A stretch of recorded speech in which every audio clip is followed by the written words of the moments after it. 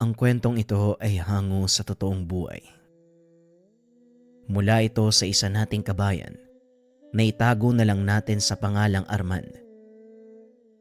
Walang eksaktong taon, probinsya ng Capiz. Arman, linisin mo yung kabilang kwarto. Sa makalawa darating ang Tio Diego mo. Wika ni Mang Dado. Opo lolo, teka. Di ba siya po yung kapatid ni mama na sundalo? Yung nakulong? Tugon ni Arman. Oo apo, siya nga yun. Huwag nang maraming tanong. Sundin mo na lang ang inuutos ko. Nakatira si Arman sa kanyang lolo Dado dahil malapit lang sa bayan ang kanilang tahanan. Nang mga panong ito, nag-aaral ng sekundarya ang binata. Mula sa angkan ng mga sundalo at pulis si Arman, ang kanyang ama, kasalukuyang naglilingkod bilang pulis sa bayan, samantalang ang nanay naman nagtatrabaho bilang nurse sa kampo ng mga sundalo. Retiradong pulis si Mang Dado.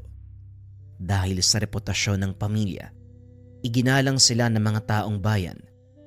Mataas ang tingin ng mga tao sa kanila, maliban na lang sa isang anak ni Mang Dado, si Diego.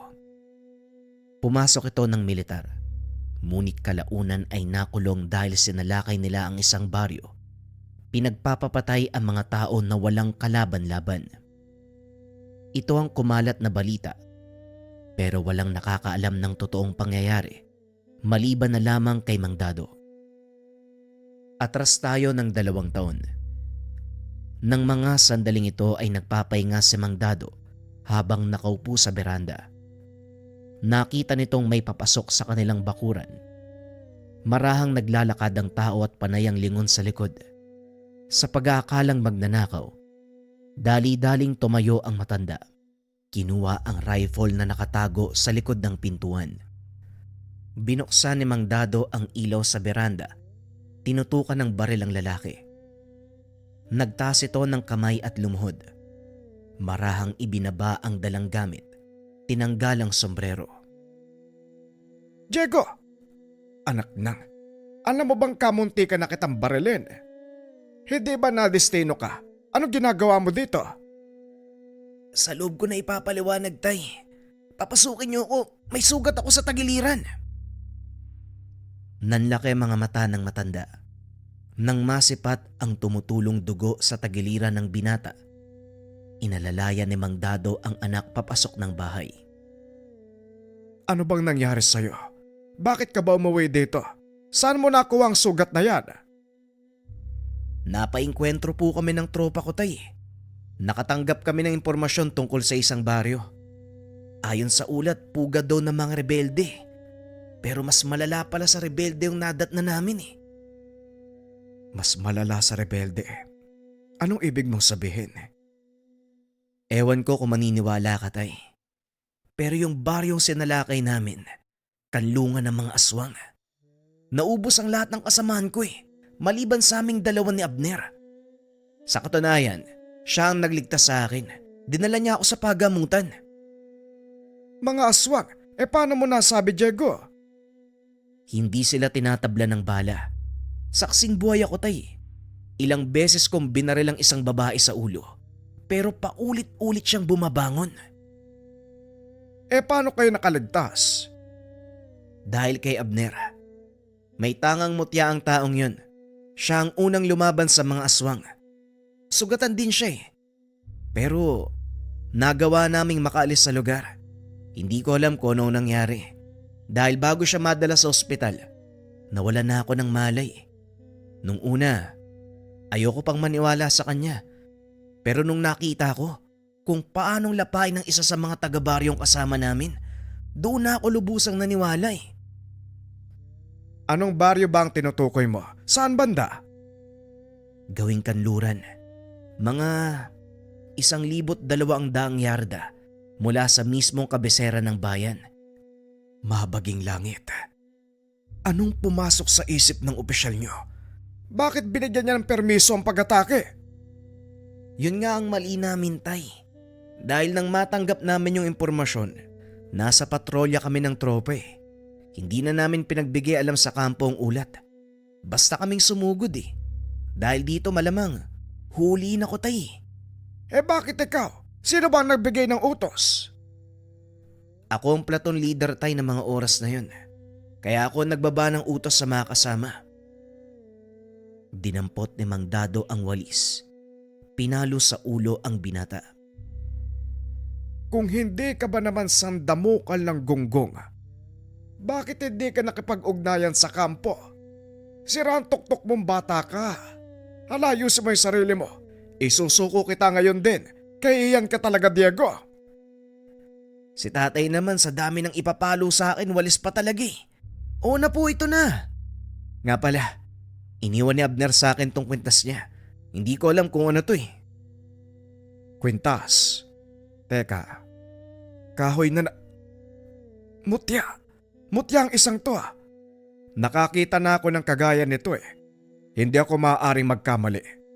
Mutya ng tugas ng narang binigay sa'yo ng kasama mo. Pero wag mong ibay ng usapan. Kailangan panagutan mo ang ginawa mong mali. Dinala ng matanda ang anak sa impila ng militar para isuko. Wala namang naging reklamo si Diego. Alam niyang mali din ang ginawang paglusob dahil hindi sinabi sa mga nakakataas. 3 taong pagkakakulong ang naging sentensya ng binata. Binigyan ito ng pagkakataong makabalik sa militar sa oras na mabuno ang sentensya. Ngunit iba ang nasa isip ni Diego ng mga oras na yun. Ngayong nakakulong ka na, pag-isipan mong mabuti ang mga kilos mo, Diego. Hindi basta-basta ang maging sundalo. Hindi puro tapang ang dapat pairalin. Pasalamat ka, nabigyan ka pa ng pagkakataong manilbihan pagkatapos ng sentensya mo. Sa palagay ko tay, hindi na ako babalik sa serbisyo. May mas mahalagang bagay akong dapat asikasuhin eh. Pagkatapos po nito tay. Ito ang naging usap ng mag-ama. Binuo ni Diego ang kanyang sentensya hanggang sa makalaya. Balik tayo sa kasalukuyan. Ngayong araw po yung uwi ni Tio Diego. Hindi po ba uuwi si nanay at tatay? Hindi rin ako sigurado eh. Papalapit na ang eleksyon, masyadong magulo ang paligid. Lagi naman pong ganun, wala namang bago. Habang nag-uusap ang maglolo, isang sasakyan ang huminto sa harapan ng tahanan. Bumaba ang isang binata na nakasuot ng itim na sando. Puno ng tato ang braso. Napakahaba ng buhok. Sino kaya tong sanggano na to? Wala naman akong ibang inaasahang bisita ngayong araw ah. Nanlaki mga mata ng matanda nang makilala kung sino ang paparating. Magandang umaga tay, pasensya na. Ay! Aray! Ano ba naman yan tay? Bitawan nyo nga yung walis. Para akong bata sa ginagawa nyo eh. Eh paanong hindi ka gaganyanin? Tignan mo nga yung itsura mo, dati kang sundalo, Diego. Ngayon mukha kang sanggano. Pinangatawanan mo na nga ang hindi pagbalik sa serbisyo ah. Eh pasensya na po tay, buo na po yung isip ko eh. At saka, wala kasing matinong barbero sa loob. Eto mga tattoo ko, mamaya ko po ipapaliwanag sa inyo. Nga pala, may darating akong bisita. Ewan ko sa'yo, Diego. Hala, pumasok ka sa loob ng bahay. Eh, maligayang pagbabalik. Napangiti si Diego.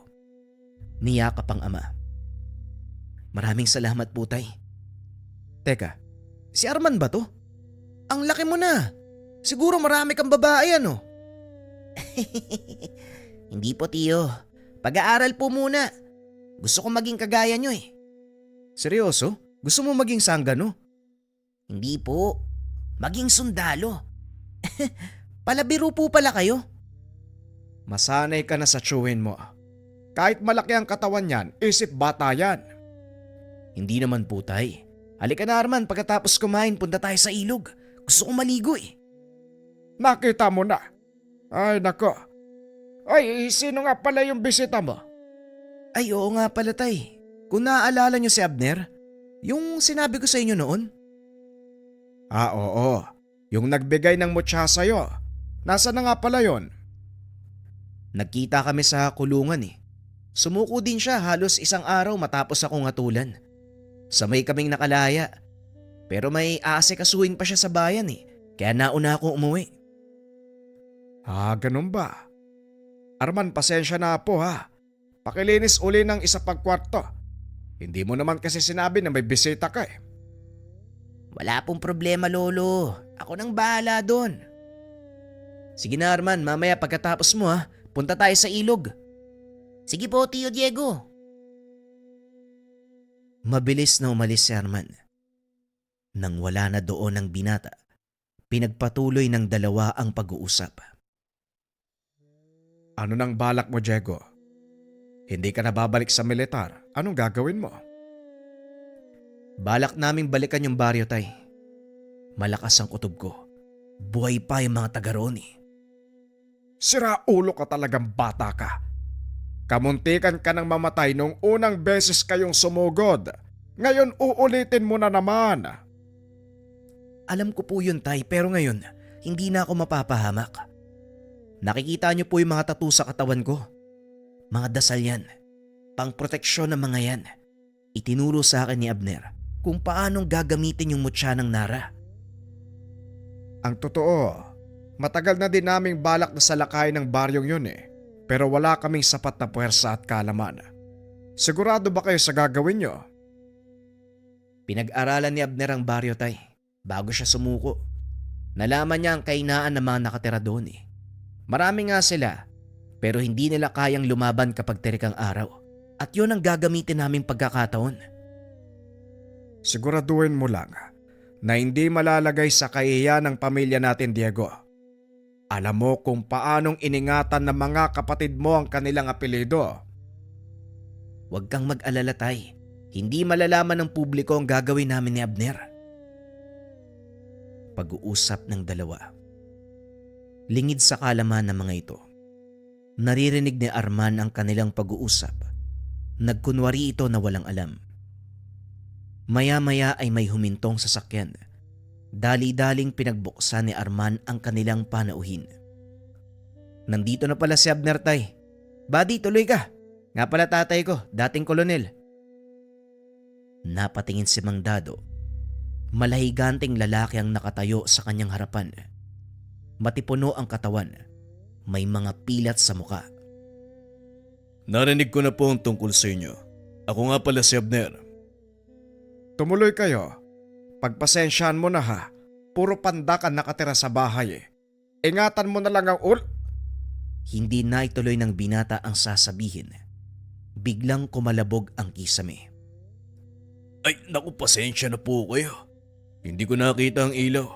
Hayaan nyo, ayusin ko na lang po mamaya. Hindi na. Huwag mo nang isipin yan, maupo ka.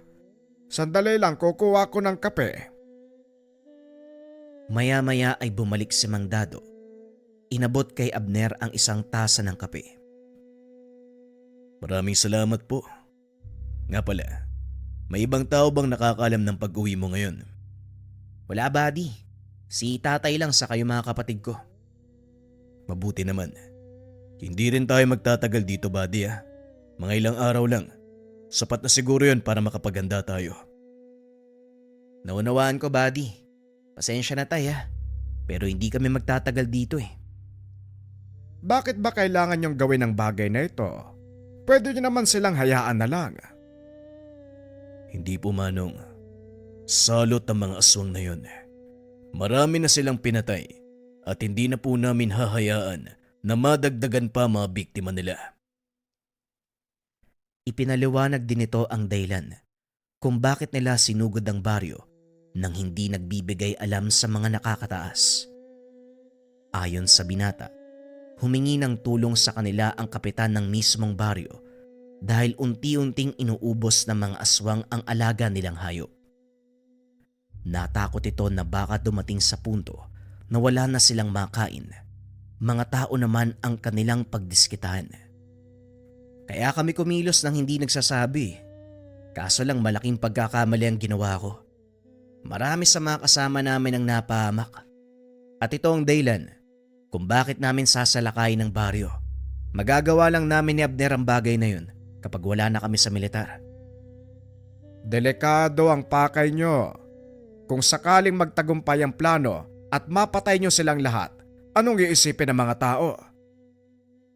Wala kang dapat alalahanin, Manong, dahil sekreto ang gagawin naming pagkilos. Hindi ko alam kung maniniwala ako. Pero kung yan ang sa tingin nyong tama, gawin nyo. Mag-iingat lang kayo. Matapos ang pag-uusap, tinupad ni Diego ang pangako sa pamangkin.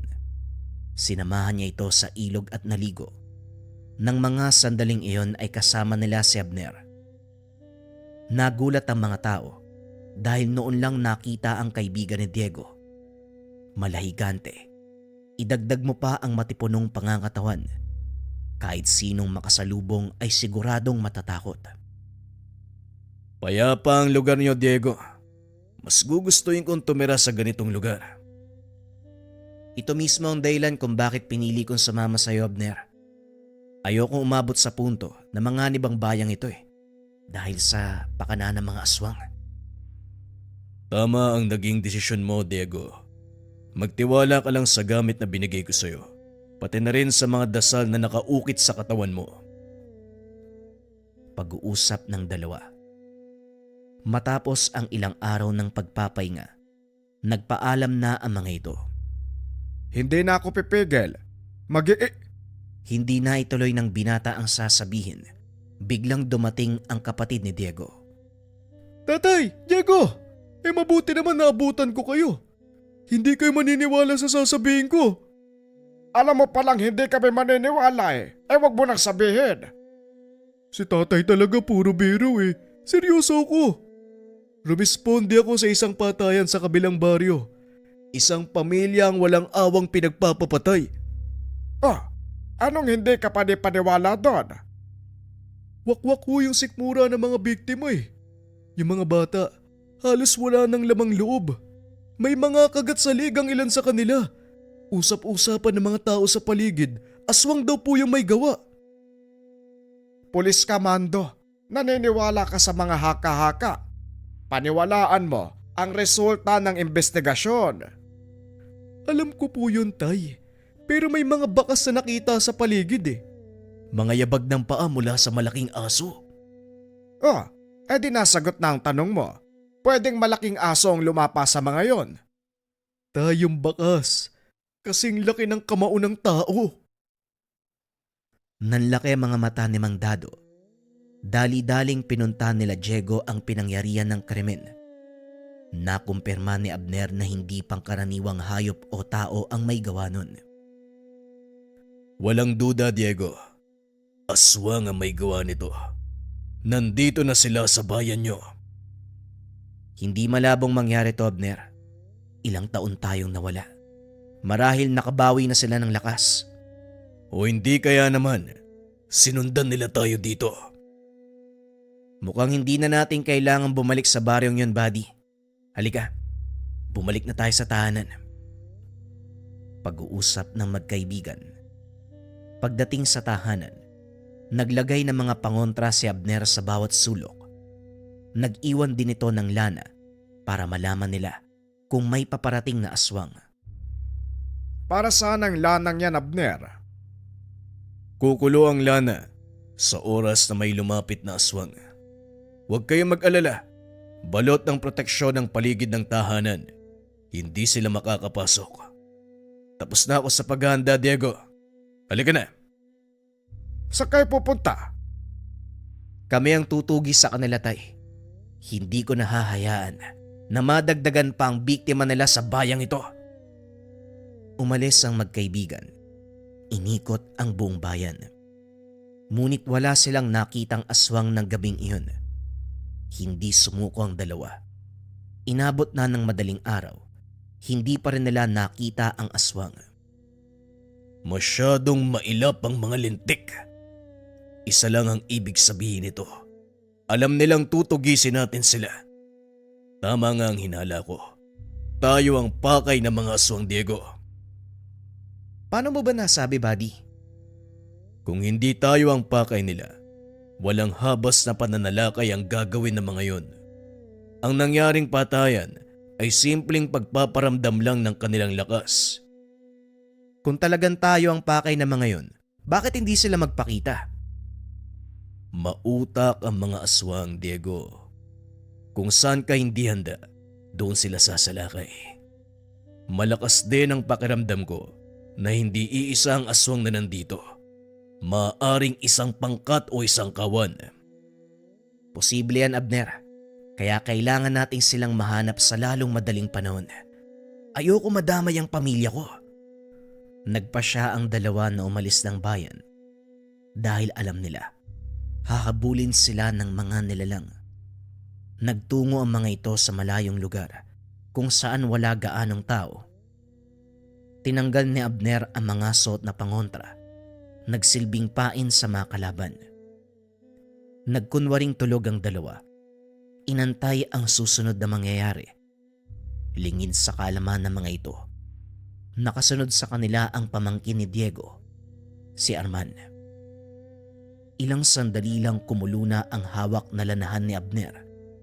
Pasimple nitong hinawakan ang kanyang itak. Patuloy na pinakiramdaman ng paligid. Laking gulat ng dalawa. Biglang nakarinig ng malakas sa sigaw. Teka, boses ni Arman yun ah. Anak ng... Dali-daling bumangon ng binata pero inawat ito ni Abner. Sandali lang. May kakayahang gumaya ng boses sa mga aswang, Diego. Maaring nililin lang nila tayo. Tama ka, Abner. May alam akong paraan para malaman natin kung si Arman nga ang sumisigaw. Arman, kung naririnig mo ko, sagutin mo ang tanong ko. Anong ginagawa mo? Akong bahala, buddy. Matalinong bata si Arman. Hindi siya basta-basta matatakot eh. Sagutin mo ang tanong ko, Arman. Ilan ang nunal ko sa likuran? Nagulat si Abner nang biglang sumagot ang binata. 6 tiyo, 4 sa may buhok at 2 patay. Nagkatinginan ang dalawa. Kagad natukoy ang kinaroroonan ni Arman. Hindi lang basta tanong ang binigay ko kay Arman. Sekretong salita ang mga yon, Abner. Tignan mo ang malalaking bato na yon.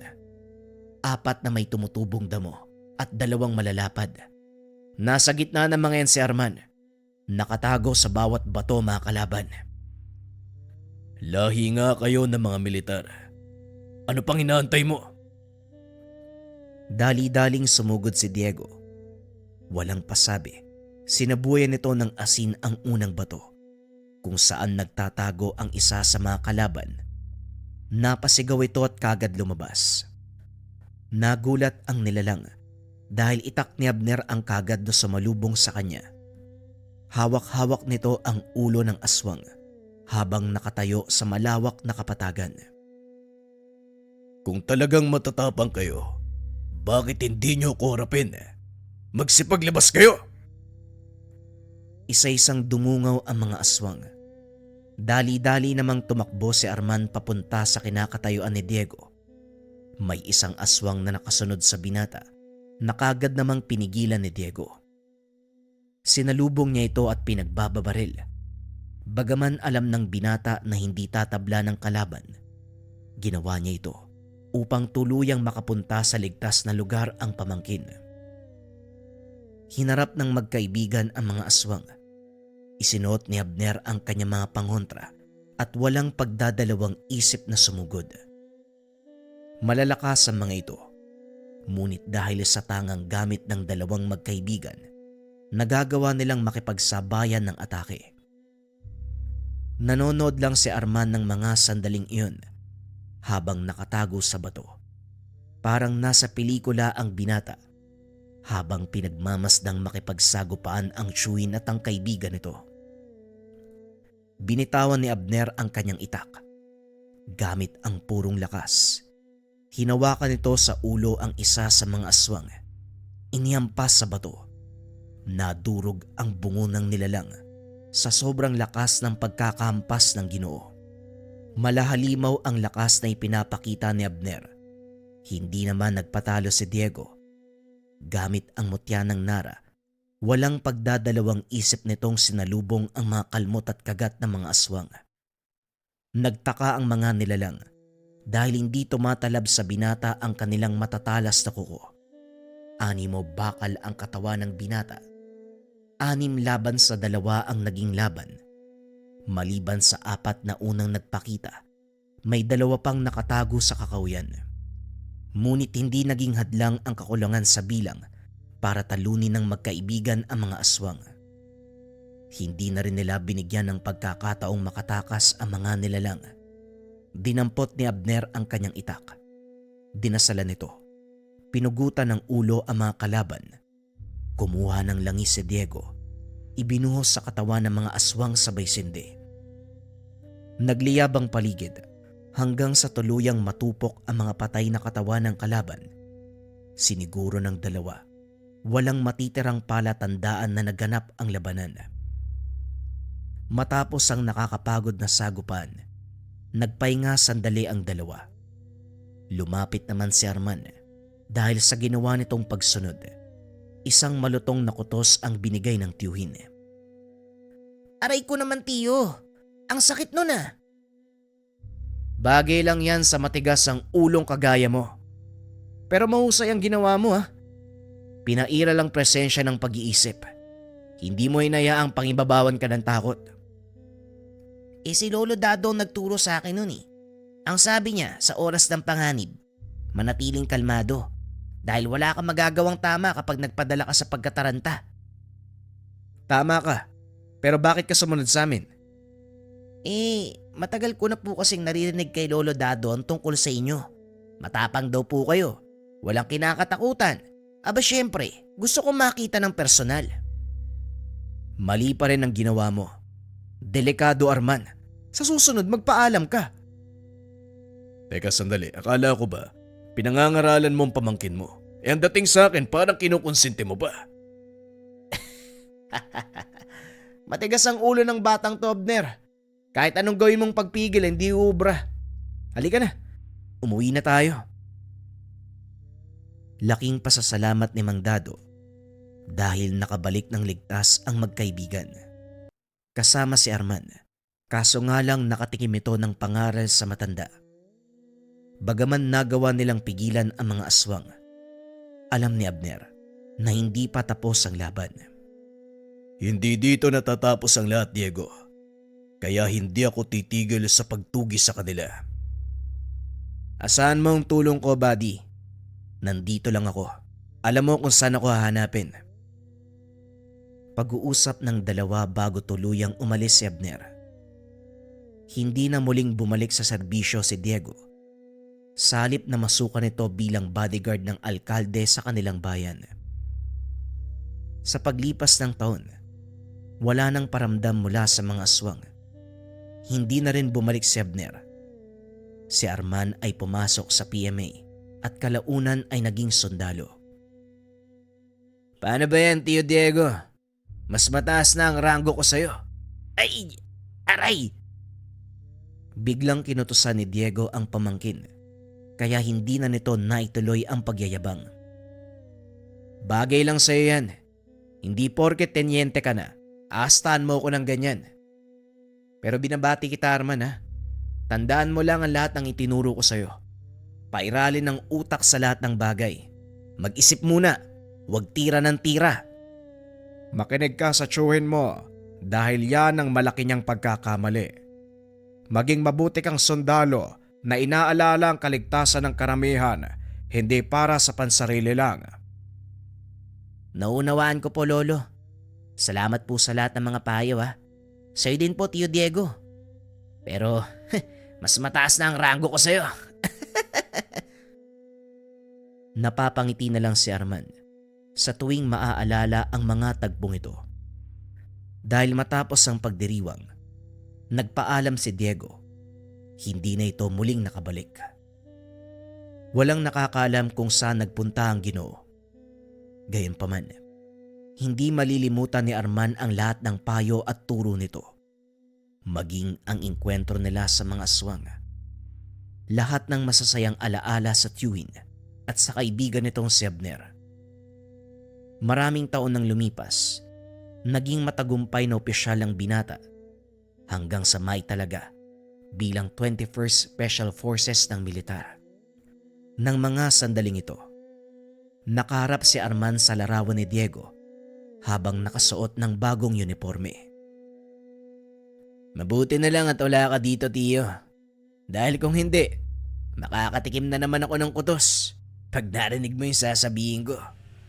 Suot ko ngayon ang uniforme mo. Pero, nakasabit na ang simbolo ng isang batalyong commander. Nataasan na naman kita. Dade! Aray! Sino may gawa nun? Aba, bakit bayangal ka? Siguradong yan ang gagawin ng tiyowin mo. Pero binabati kita, Arman. Tumulo ang luha ng binata. Naalala nito ang lahat ng hirap, pasakit na pinagdaanan para lang makuha ang posisyon.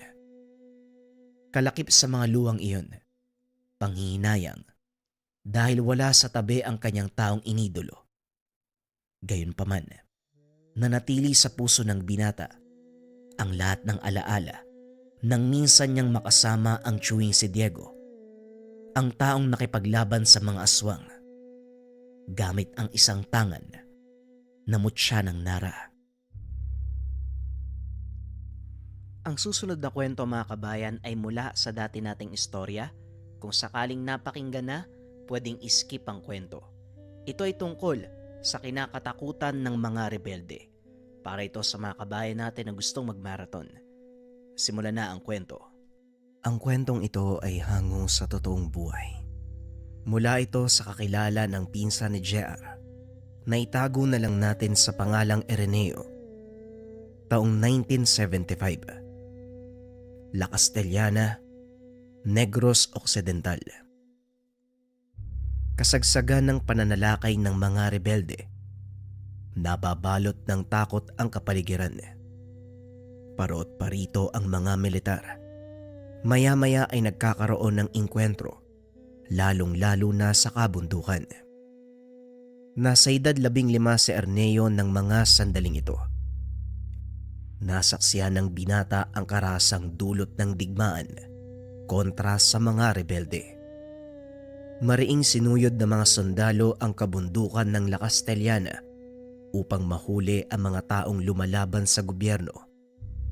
At dito nakilala ni Areneo ang isang tao na merong kakaibang kakayahan.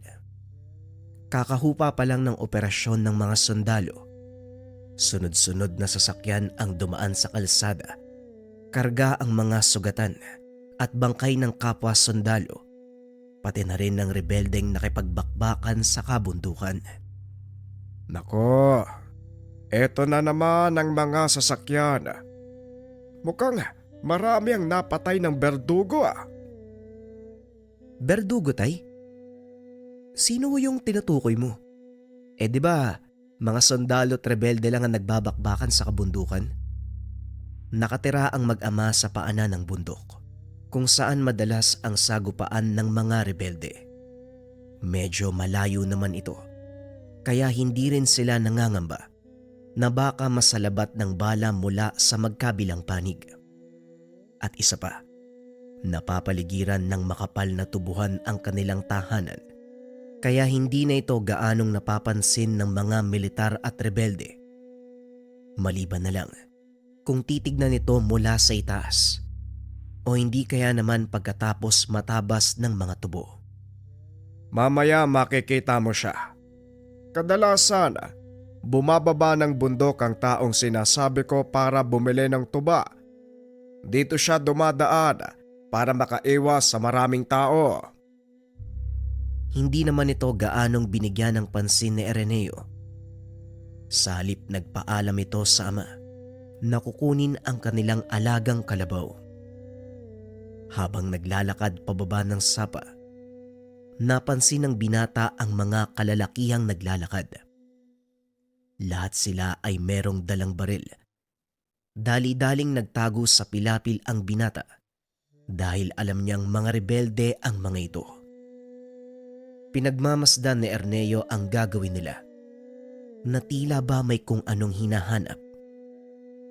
Inantay niyang makalampas ang mga kalalakihan Pagkatapos nun, dali-dali itong nagpunta sa pinagtatalian ng kanilang kalabaw.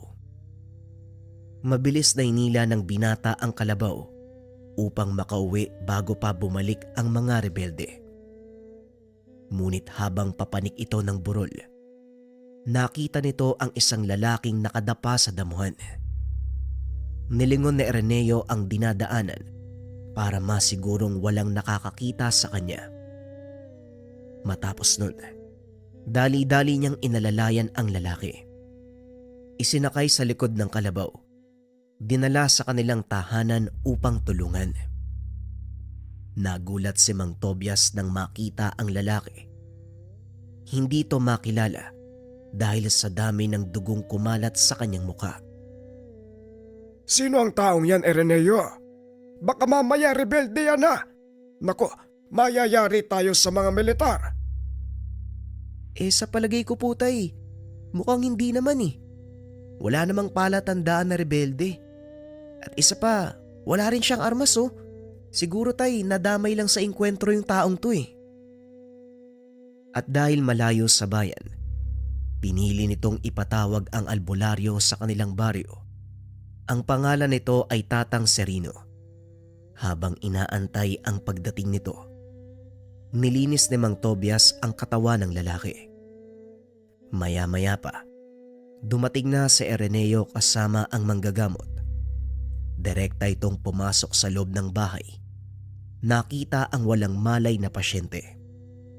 Tadtad ng sugat ang katawan nito, na tila mula sa matatalas na patalim. Bagay na ipinagtataka din ni Mang Tobias. Kung nasa labat sa engkwentro ang taong yan, bakit naman wala siyang tama ng baril? Tama ka. Ang mga sugat na ito ay gawa ng patalim. Napakatalas ng sandatang iyon dahil napakalinis ng sugat. Sa oras na magsara ang mga ito, wala kang makikitang pilat. Kung ganun ho, sinong may gawa niyan sa kanya? Mabuti pa, kumuha ka ng ilang pang-ilaw nang makita ko mabuti ang gagawin. Kailangan tahiin ang mga sugat na ito. Kumuha ka ng ilang hibla ng buhok mula sa buntot ng kalabaw. Mabilis na kumuha si Araneo ng mga kandila. Kasama nito ang hibla ng buhok mula sa buntot ng kalabaw. Pagbalik sa silid, sinimulan ni Tatang Serino ang panggagamot. Tinahin nito ang mga sugat hanggang sa tuluyang maampat ang pagdurugo. Habang nililinis ang balat ng pasyente, biglang napatingin ang manggagamot kay Mang Tobias. Tobias, mukhang hindi pangkaraniwang tao ang napulot ng anak mo. Ano? Anong ibig mong sabihin, Tatang Serino? Ang taong ito, walang iba kung hindi si Ramon, ang kilalang berdugo ng mga rebelde. Mabaging langit, ano ang naisip mo, Araneo? Bakit mo siya tinulugan? Hindi ko naman po alam eh. Ang alam ko lang, kailangan ko siyang tulungan.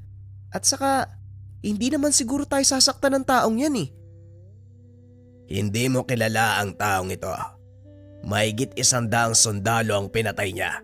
Yan ang usap-usapan sa kabisera at kasalukuyan siyang pinaghahanap ng mga sundalo. Bago ko makita yung taong yan, napansin ko yung grupo ng mga rebelde sa sapa na parang meron silang hinahanap eh. Mabuti na lang hindi nila ako napansin. Kung hinahanap siya ng mga sundalo, malamang ganun din ang kanyang mga kasama. Tama ka, Araneo. Kaya delikado kung may makakaalam ng kinaroroonan ng taong ito. Tatang Serino, pwede bang wag mo na lang sabihin sa ibang tungkol dito?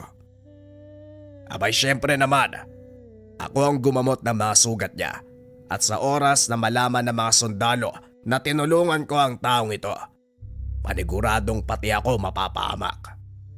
Sasabihin ko na lang sa asawa ko na nanghilot ako ng binti ng kalabaw. Matapos gamutin ng pasyente, nagpaalam na itong aalis. Kaso nga lang napakalakas ng ulan, kaya hindi rin ito nakatuloy. Hanggang sa inabot na ng gabi ang manggagamot sa tahanan nila Araneo. Dahil nabalot ng kuryosidad, kinuha nito ang pagkakataon para tanungin si Tatang Serino tungkol kay Ramon. Ay nako, sa dinabi-dami ng pagkakataon. O sige, ipapaliwanag ko. Alam mo iho, matagal ko nang kilala ang taong yan. Ang totoo mag-aaral ko siya eh. Pero pakiusap, huwag mo ring sabihin sa ibang tungkol dito. Lahat ng malalaman mo at sekreto ko at ni Ramon, hindi dapat makarating sa iba. Nagsimula itong magkwento. Ayon sa kanya, mabuting tao si Ramon nung nagsisimula pa lang itong magsanay sa ilalim ng kanyang pagtuturo. Maraming natulungan si Ramon gamit ang natutunang kakayahan. Hindi lang sa panggagamot, kundi maging sa pang-araw-araw na buhay. Kinakatakutan si Ramon dahil sa angkin nitong lakas at kakaibang kakayahan na hindi tinatabla ng bala. Maging ang mga rebelde, pati na rin ang militar, umiiwas sa tuwing makikita nilang naglalakad si Ramon sa daan. Walang sino man ang nagtatangka na gumawa ng masama sa kanilang lugar. Dahil sa oras na malaman ito ni Ramon, hindi ito magdadalawang isip na parusahan ang taong iyon. Depende sa bigat ng kasalanan. Kung minsan ay pinuputulan niya ng kamay o hindi kaya naman ng buong braso, lalo na kung ang taong iyon ay nahuling nagnakaw. At kapag nakapatay naman, kamatayan din ang pinapataw niyang parusa. Hindi magawang pigilan ng mga otoridad si Ramon dahil maging sila, walang kalaban-laban sa taglay nitong kakayahan.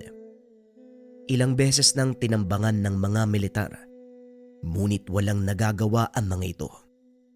Bagaman sugatan, hindi nila nagawang mahuli dahil sa taglay nitong bilis. Tatanong ko lang po, Tatang, bakit naman siya pumanig sa mga rebelde? Sa palagay ko, hindi pumanig sa mga rebelde si Ramon.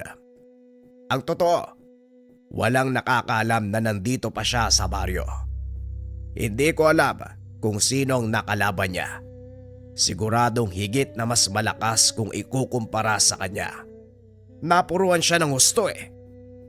Pero sa pagkakakilala ko kay Ramon, bukas lang, unti-unti nang hihilom ang sugat niya. Kaya mas makakabuti kung dito na ako magpapalipas ng gabi. Tila ang panahon at tadhana mismo ang nagdidikta kung ano dapat ang mangyari sa mga susunod na panahon. Sige po, maghahanda na lang din po kami ng hapunan. Matapos kumain ay naupo ang mga ito sa sala. Pinag-usapan ang posibleng mangyayari. Napagpasyan din ni Tatang Serino na sabihin kay Mang Tobias ang katotohanan. Nagulat ang matanda at bagyang kinabahan, ngunit naging kampante ito nang sabihin ni Tatang Serino na kahit papano ay nakikinig naman si Ramon sa kanya. Pero kahit na ganito, nagpapasalamat ako, Ireneo. Mabuti na lang at nakita mo si Ramon. Malamang patay na ang taong yan. Masyadong matigas ang ulo eh. Kung merong kakayahan siyang paghilumin ng sarili, sino ang nakalaban ng taong yan? At bakit siya napuruhan ng ganyan? Si Ramon lang ang makakasagot ng tanong na yan, Tobias. Antay natin siya magising. Ireneo, makakabuti siguro kung maghahanda ka ng lubid. Talian mo ang paa at kamay ni Ramon para na din sa kaligtasan nating lahat. Ano? Akala ko ba nakikinig sa'yo ang taong yan? Oy nako, Tatang Sereno Parang pinagsisisihan ko na yung pagtulong ni Ireneo kay Ramon Oo, nakikinig yan sa akin. Pero hindi ko siya kayang pigilan sa oras na magising siya. Nanatiling gising ang mga ito dahil unti-unti nang kumikilos si Ramon at kagaya ng sinabi ni Tatang Serino, kinabukasan ay nagkamalay na ito.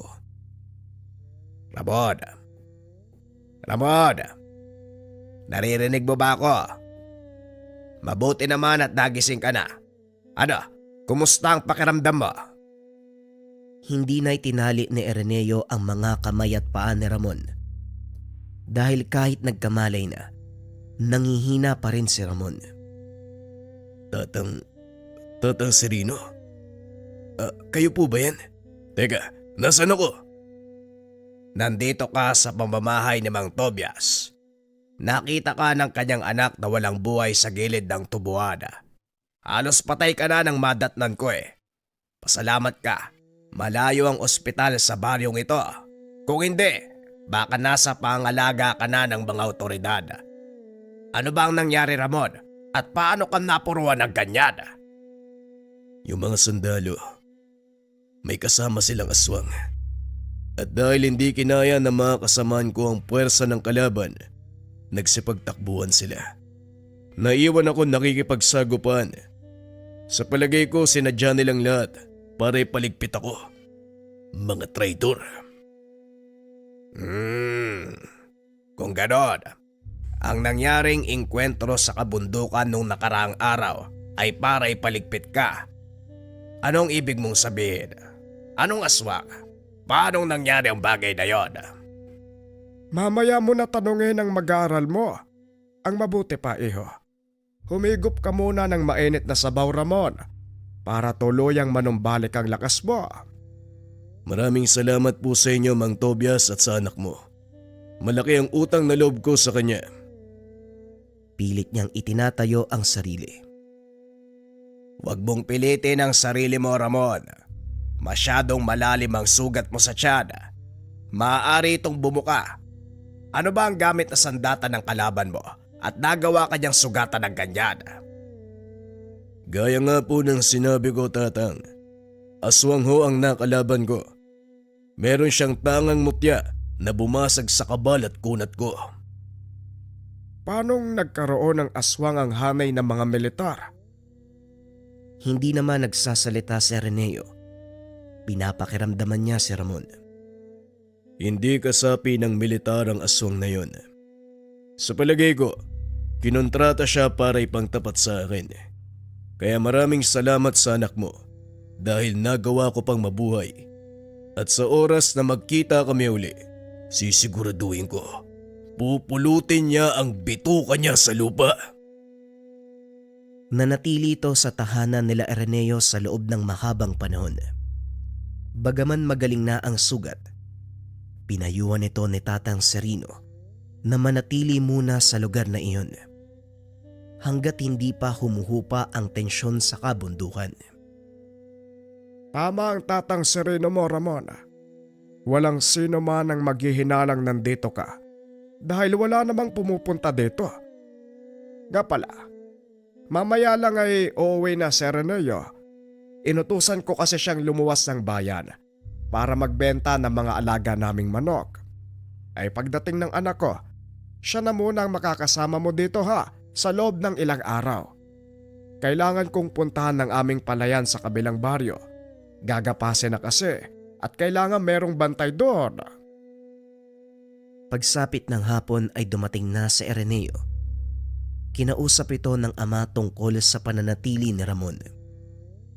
Ikaw na muna ang bahala sa panauhin natin ha. Tulungan mo siyang linisin ng mga sugat, lalong-lalo na sa likod ha. May hirapan siyang abutin ng mga yon. Sige ho tay, ako na ang bahala. Kinabukasan maagang umalis ang matanda. Habang nagsisibak ng kahoy, nagulat ang binata dahil dinampot ni Ramon ang isa pang palakol at tinulungan nito. Naku Ramon, hindi ka pa pwedeng gumawa ng mabigat na gawain. Sariwa pa yung ilan sa mga sugat mo, mamaya bumukas yan eh.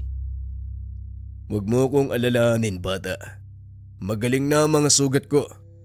At isa pa, nakakaburyong maupo lang sa loob ng bahay. Kaya pala, hindi ba ako nakakapagpasalamat sa pagligtas mo sa akin? Maraming salamat sa iyo ha. Kung hindi dahil sa ginawa mo, malamang pinagpepiesta na ako ng mga bulate. Naku wala ho yun Manong. Masaya ho ako at nanumbalik na ang lakas nyo. Pero maiba ako. Ano na yung susunod mong gagawin? Gaya ng sinabi ni Tatang, mananatili muna ako dito magpapalamig. Pagkatapos hahanapin ko yung aswang na yun, pupugutan ko yun ng ulo. Medyo nakakatakot ito kapag nagsasalita. Pero nararamdaman ni Araneo, mabuting tao si Ramon. Habang nagsisibak ng kahoy, napansin ng binata ang mga pilat sa katawan ni Ramon. Maliban sa mga bagong sugat, mas lalong nakaagaw ng atensyon ng binata ang mga tattoo ni Ramon sa katawan. Manong, pwede ko bang malaman kung ano yung mga tattoo na yan? Ito ba? Mga dasal yan. Si Tatang Serino naglagay nung nagsasanay pa lang ako. Mga pangproteksyon, pangkabal. Ito ang dahilan kung bakit hindi ako tinatabla ng bala. Ganun mo ba? Kung meron ka niyan, bakit ka nasugatan ng kalaban mo? Aswang ang nakalaban ko.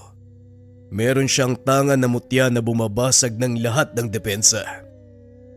Eh di, delikado pala kung magkakaharap kayo uli.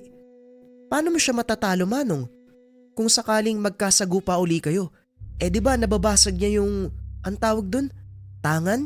Yung mutya? Napangiti si Ramon. Naupo sa tabi ni Araneo. Alam mo, ang dami mong tanong. Pero sige, sasagutin ko na. Napansin mo ba yung mga pilat ko sa katawan? Hindi lang isa, dalawa, o 3 beses na akong kamuntikang mapahamak. Pero ang bawat kabiguan, kinapupulutan ko ng aral, pinaghahandaan, para kung sakaling masaglag man ako sa parehong sitwasyon, alam ko na ang gagawin ko. Napagandaan ko na ang susunod naming pag-aarap.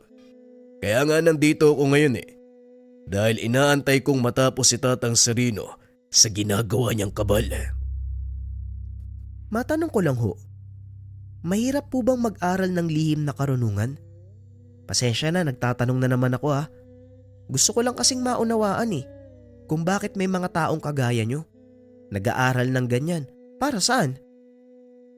Hindi mahirap ang pag-aaral ng lihim na karunungan. Napakadali lang namang kabisaduhin ng mga dasal Pero ang pinakamahirap, ang pagsubok na maaaring pagdaanan habang nasa kalagitnaan ka ng pagsasanay. Susubukin ito ang katatagan ng iyong isipan at damdamin. Nariyan pa ang tukso ng mga demonyo na pilit kang hihilahin hanggang sa gustuin mo na lang na sumuko. Maraming bagay pang natutunan ang binata mula sa kanya. Isang babala ang ibinigay ng Ginoo. Kung ako sa iyo, Araneo, huwag mo nang tangkain pag-aralan ng lihim na karunungan. Magugulo ang buhay mo.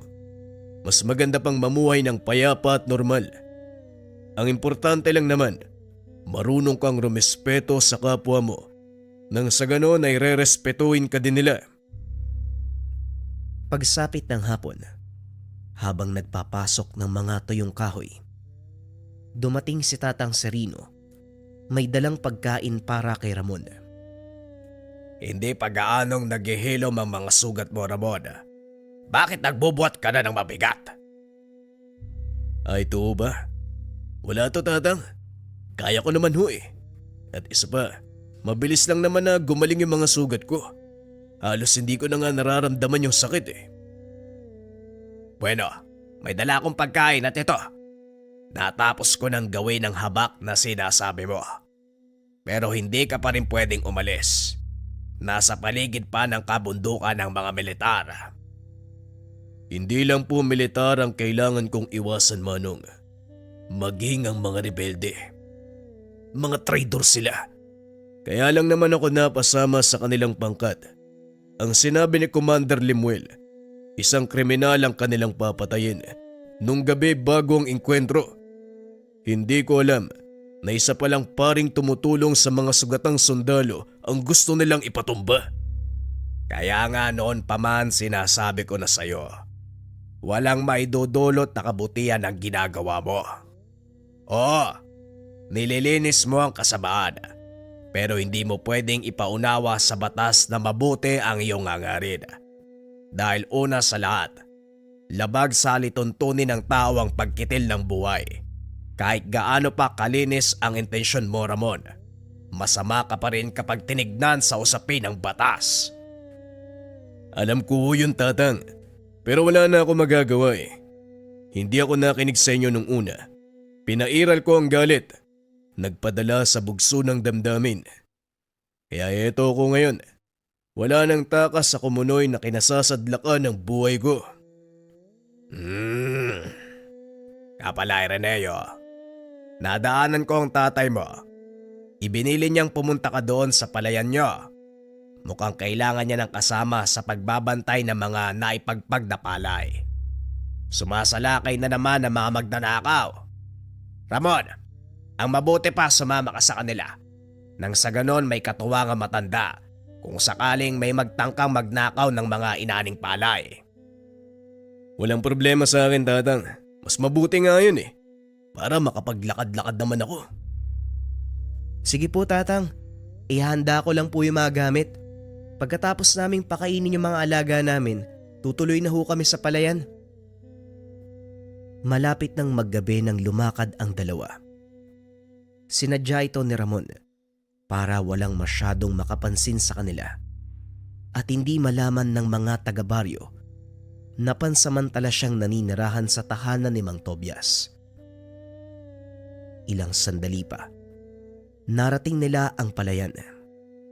Nakita nilang may siga sa harapan ng kubo kung saan nakalatag ang mga uhay na hindi pa napapagpag.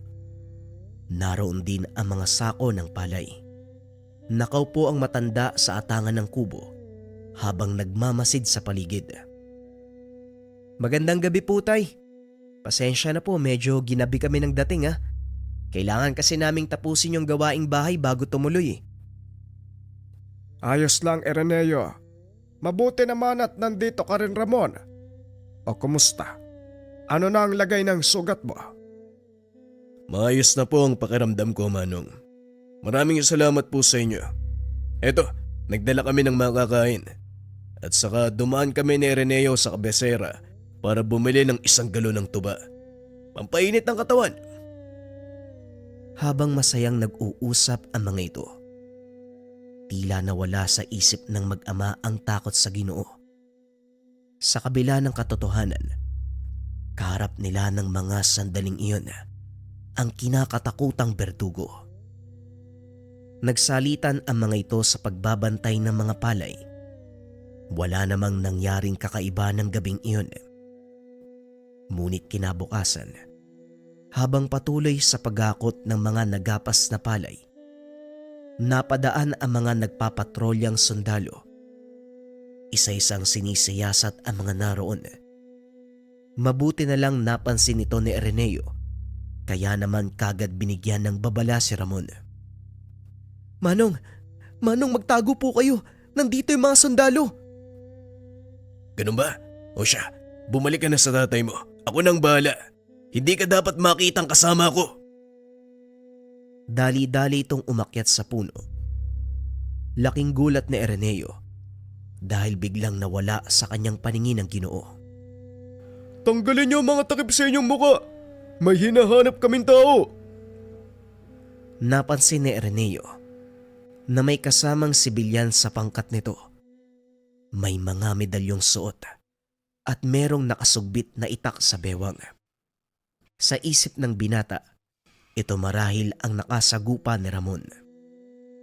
Tatay, yan siguro yung sinasabi ni Manong Ramon. Huwag ka nga maingay. Mamaya marinig ka ng mga yan eh. Mapaghinalaan pa tayo. Maya-maya ay napalingon sa kanila ang isa sa mga sundalo. Tinawag ang mag-ama. Kayo dyan! Hindi nyo man narinig ang sinabi namin? Pumunta kayo dito. Tanggalin nyo yung mga takip sa mukha nyo. Dali-dali namang sumunod ang dalawa. Pagkarating doon, nilapitan sila ng sibilyang kasama ng mga sundalo. Tinignan mula ulo hanggang paa si Ireneo. Inamoy ang binata na parang aso.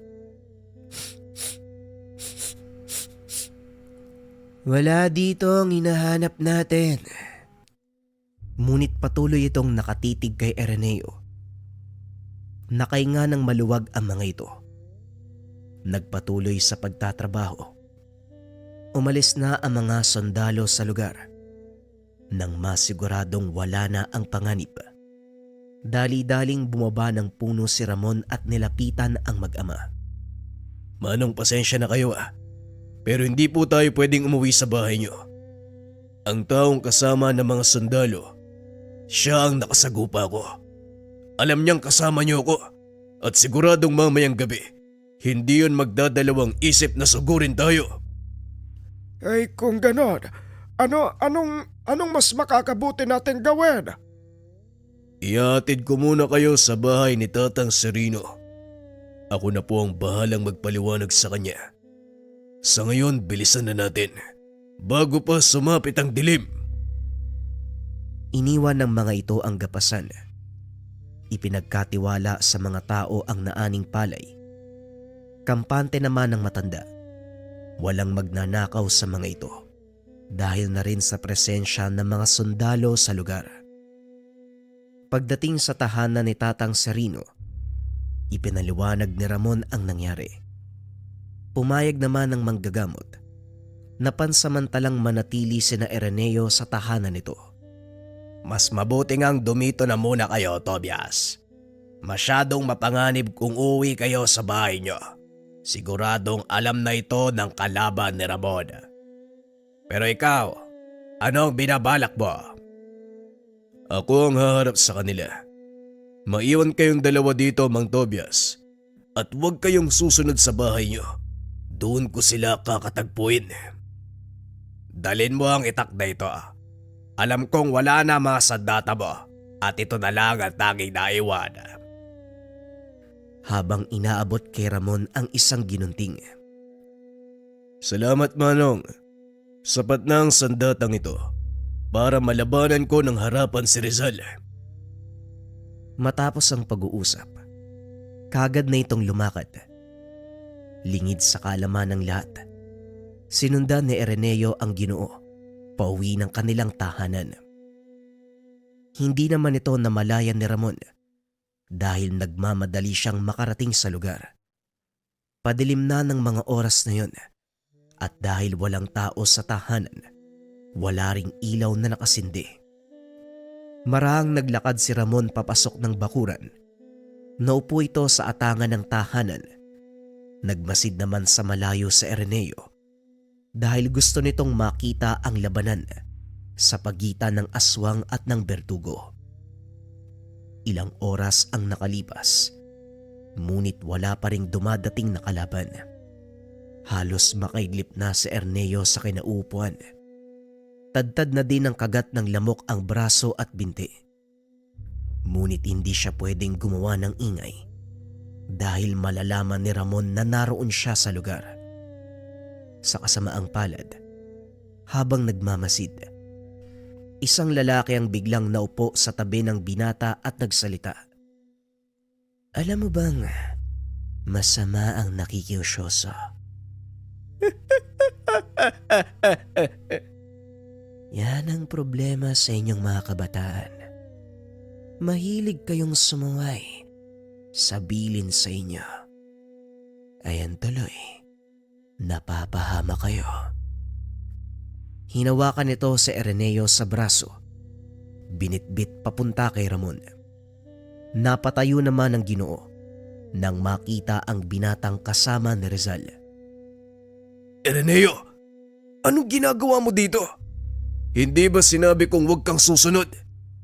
Rizal, bitawan mo si Ireneo. Wala siyang kinalaman dito.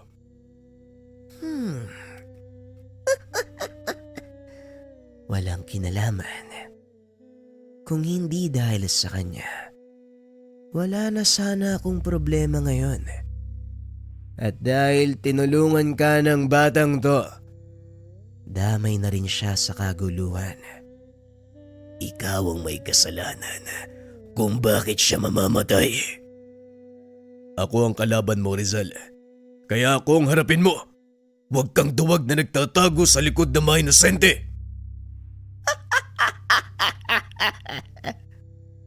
Ako pa ngayon ang duwag.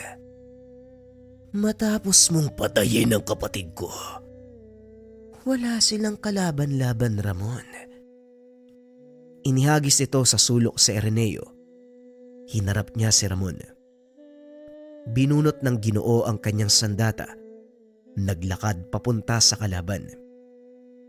Walang pagdadalawang isip na sumugod si Rizal. Kitang-kita ni Ireneo ang matalas nitong kuko at ang nagliliwanag na mata ng kalaban. Hindi ito makapaniwalang nasa harapan niya ang isang totoong aswang. Patuloy na pinapanood ng binata ang laban. Nasaksihan nito kung paanong kumilos si Ramon. Ayos ah. Sa nakikita ko, mukhang nanumbalik na ang kapangyarihan ng kabal mo. Pero ang tanong, hanggang saan ang itatagal niyan? Hindi na ito kagaya ng nauna. Sapat na ang taglay na bisa ng kabal na ito upang matalo ka.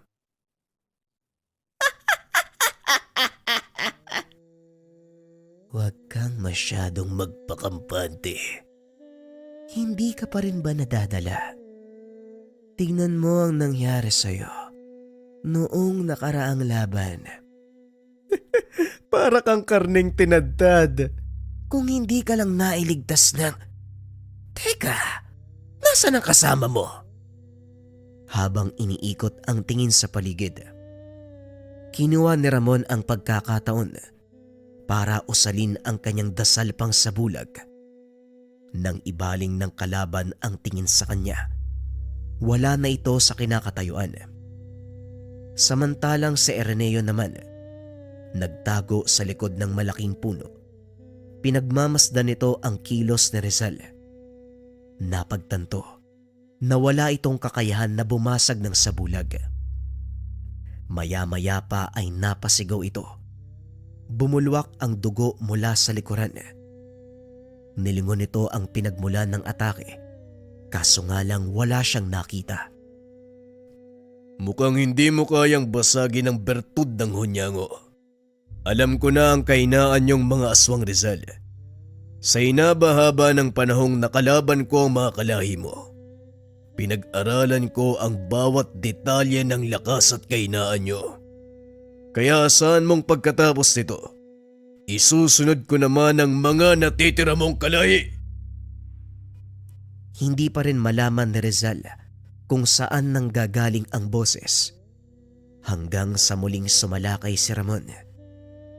Sa pagkakataong iyon, isang hiwa sa dibdib naman ang ibinigay ng Ginoo, dahilan para mapalood si Rizal at tuluyang manghina.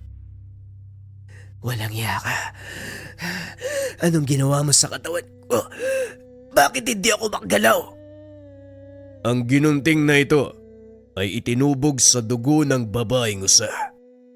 Alam kong lason para sa inyo. Unti-unti nitong pahihinain ang pisikal mong lakas hanggang sa tuluyang maparalisa ang lamang loob mo. Dahan-dahang hihinto ang tibok ng puso mo na parang may kung anong pumipiga. Wala ring hangin na papasok sa baga mo. Unti-unti itong mamamatay. Kasabay nun, ang pagsabog ng mga ugat sa utak mo dahil hindi na nakakababa ang dugo mula sa ulo mo. Maya-maya pa, lumabas na ang dugo sa ilong, tenga, pati na rin sa mga mata. Bigla na lang itong natumba.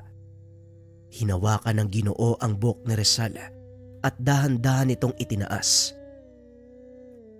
Alam kong buhay ka pa, Rizal. May mga huling habilin ka ba? Sabihin mo na nang may parating ko sa mga kaanak mo sa oras na makaharap ko sila. Walang iya ka. Oo, natalo mo ako ngayon. Pero wag kang magpapakampante.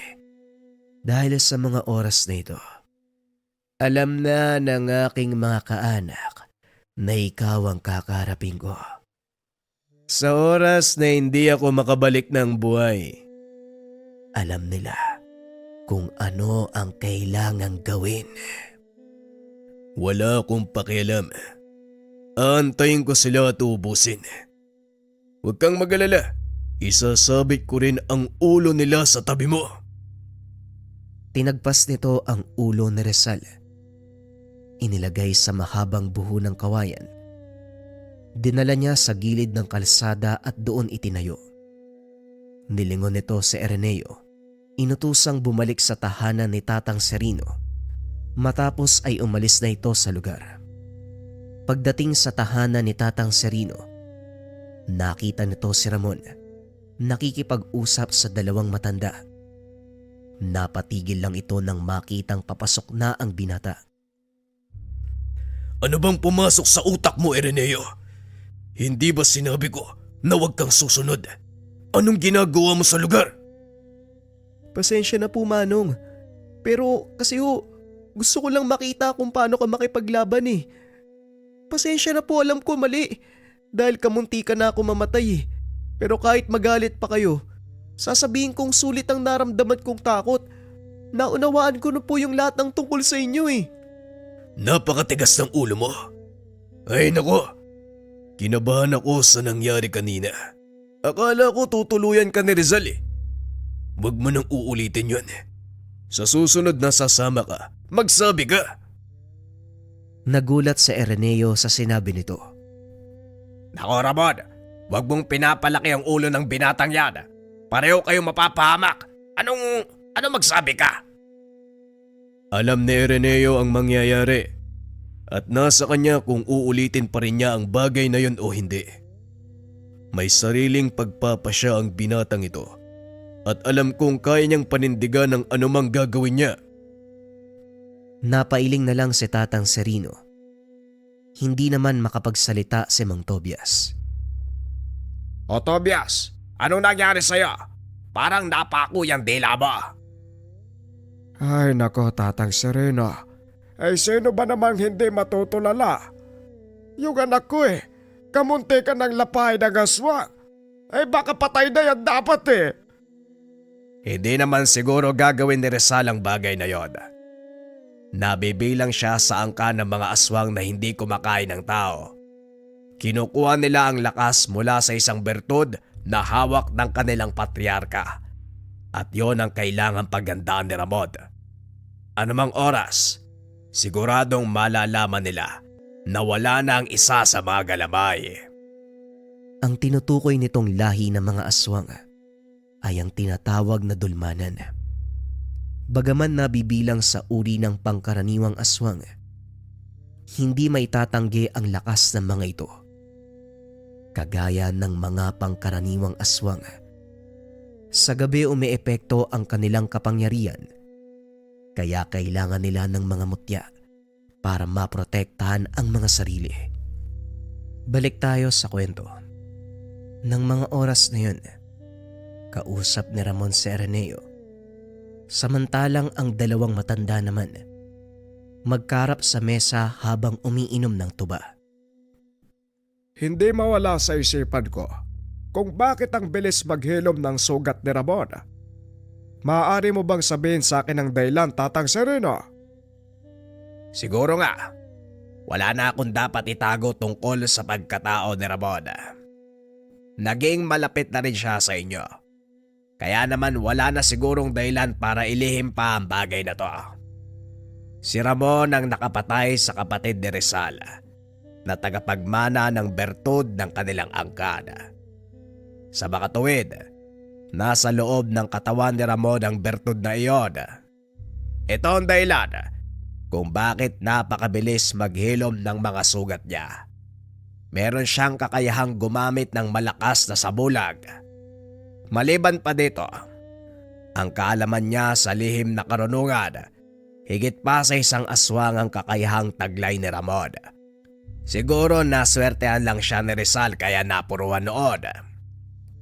Lingid sa kalaman ng matanda, nakatayo sa likod nila ang dalawa.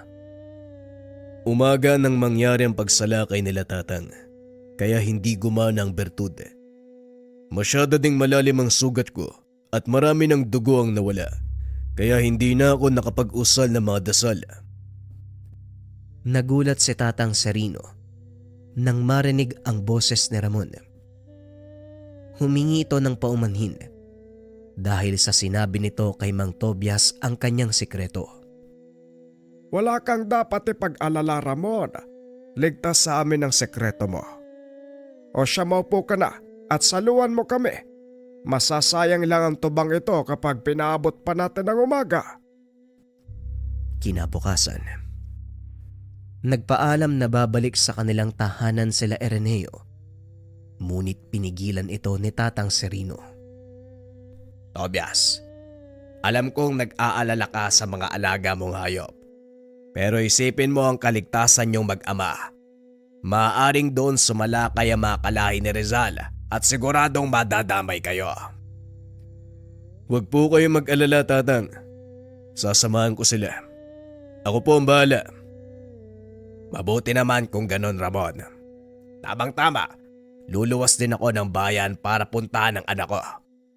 Sige na, humayo na kayo bago paabutan ng dileba. Habang nasa daan, napansin ni Araneo na wala na ang inilagay na ulo ni Rizal. Kinuha na siguro ng mga taga-baryo yung ulo ni Rizal. Wala na kasi sa pinaglagyan mo, Manong eh. Napalingon si Ramon sa lugar kung saan inilagay ang ulo. Malamang ganun na nga ang nangyari. Pero may suspetsya ako na hindi mga taga-baryo ang gumawa nun. Malalaman natin mamaya pagdating sa bahay nyo. Naalala ni Araneo na hindi nila inilibing ang katawan ni Rizal, kaya maaaring naiwan itong nabubulok sa loob ng bakuran. Wala ring makakapansin noon dahil wala ring dumadaan sa kanilang lugar. Maliban na lang kung sasadyain silang puntahan ng mga tao. Nanlaki ang mga mata ni Araneo nang mapansing wala na ang katawan ni Rizal. Ni isang bakas, wala nang naiwan sa lugar. Saan napunta yun? Di ba dito lang natin iniwan? Oo, tama ka. Nandito lang yon at kung nawala na ang ulo ni Rizal, malamang kinuha ito ng kanyang mga kaanak. Pumasok kayo sa tahanan. Huwag kayong lalabas kahit ano mangyari. Pagpasok ni Mang Tobias sa loob ng tahanan, nagtanggal ng kasuotan si Ramon. Naupo ito sa lupa at itinarak ang kanyang ginunting. Nagsimulang mag-usal ng mga dasal. Inihaplos nito ang palad sa lupa. Ipinahid sa katawan ang kumapit na putik. Nanlaki ang mga mata ni Araneo dahil nakita nitong bagyang nagbago ang mukha ni Ramon. Tila mas tumalas ang titig nito at ang mga angil ay bagyang humaba. Alam kong nandyan lang kayo sa paligid. Bakit hindi kayo maglabasan para matapos na ang gulong ito? Matapos ay naglabasan ang ilang figura ng tao sa tubuan. Sa tansya ni Araneo, nasa 10 katao ang mga ito. Naku, naloko na. Napakaraming kalaban ni Ramon. Paano siyang mananalo niyan? Magtiwala lang po kayo sa kanya, tay. Narinig mo naman siguro yung sinabi ni Tatang Serino, di ba? Muling ibinaling ang tingin kay Ramon. Unti-unting lumalapit ang pangkat sa kinakatayuan nito, hanggang sa tuluyang lumantad ang mga itsura. Sa wakas, nagkita din tayo. Ilang kalahi ko na ba ang napatay mo? Hindi ko na mabilang. Sa palagay ko ngayon, parang madadagdagan pa eh. Masyado ka mayabang. Hindi mo ba nakikita? 10 laban sa isa. Sa palagay mo mananalo ka? Hindi usapin ang bilang dito. Kung hindi ang kakayahan niyong makipaglaban. Maya-maya ay naglaho ito sa paningin ng kalaban. Maging sina Araneo, hindi alam kung saan ito napunta. Isa-isang bumagsak ang mga kasamahan ng lalaki. Napasigaw ito sa sobrang galit. Lumabas ka! Lumaban ka ng patas! Ang lakas ng loob mong gamitin sa amin ang bertud ng aming ama! Hindi sumasagot si Ramon. Patuloy na nagbabagsakan ang mga kasamahan ni Abong hanggang sa iilan na lang ang natira. Mula sa 10, naging 3 na lang kayo. Ngayon sabihin mo sa akin, Abong, may kabuluhan pa ba ang bilang nyo? Ngunit hindi pa rin ito nakikita ni Abong. Harapin mo ko. Pagbayaran mo ang mga kasalanang ginawa mo. Matapos ay bumagsak na ang dalawa pa nitong mga kasama. Bumubulwak ang dugo sa leg ng mga ito mula sa matalas na sandata ni Ramon. Nakatayo na ang Ginoo sa harapan ng kalaban. Tinitigan niya ito ng harapan. Walang reaksyon sa kanyang muka. Ngayon, tayong 2 na lang ang natitira. Gusto mong pagbayaran ko ang pagkamatay na mga kauri mo? O sige, subukan mo. Sumugod si Abong.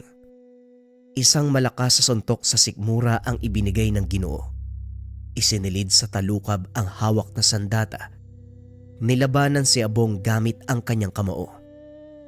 Tuloy-tuloy ang pag-atake ng kalaban. Ngunit hindi ito magawang sugatan ni Ramon. Anong ginawa mo? Bakit hindi tumatalab sa iyo mga kuko ko? Natuto na ako sa mga nakaraang karanasan. Salamat kay Rizal dahil ibinunyag niya ang sekreto ng kakayahan niyo nung araw na magkasagupaan kami. Gumanti ito ng atake. At sa bawat pagtama ng kamao nito sa katawan ni Abong, ay siya namang pagbulwak ng dugo sa bunganga nito. Hanggang sa hindi na kinaya ng katawan ng aswang ang parusang dulot ng suntok ni Ramon. Napaload na lang ito sa lupa habang patuloy na sumusuka ng dugo. Hanggang dito na lang ang panggugulo niyo. Siguro naman sapat na ang perwisyong dinulot niyo sa pagitan ng rebelde at mga sundalo. Salamat sa inyo. Maraming tao ang nadamay. Hindi ba yon ang gusto ng pamahalaan?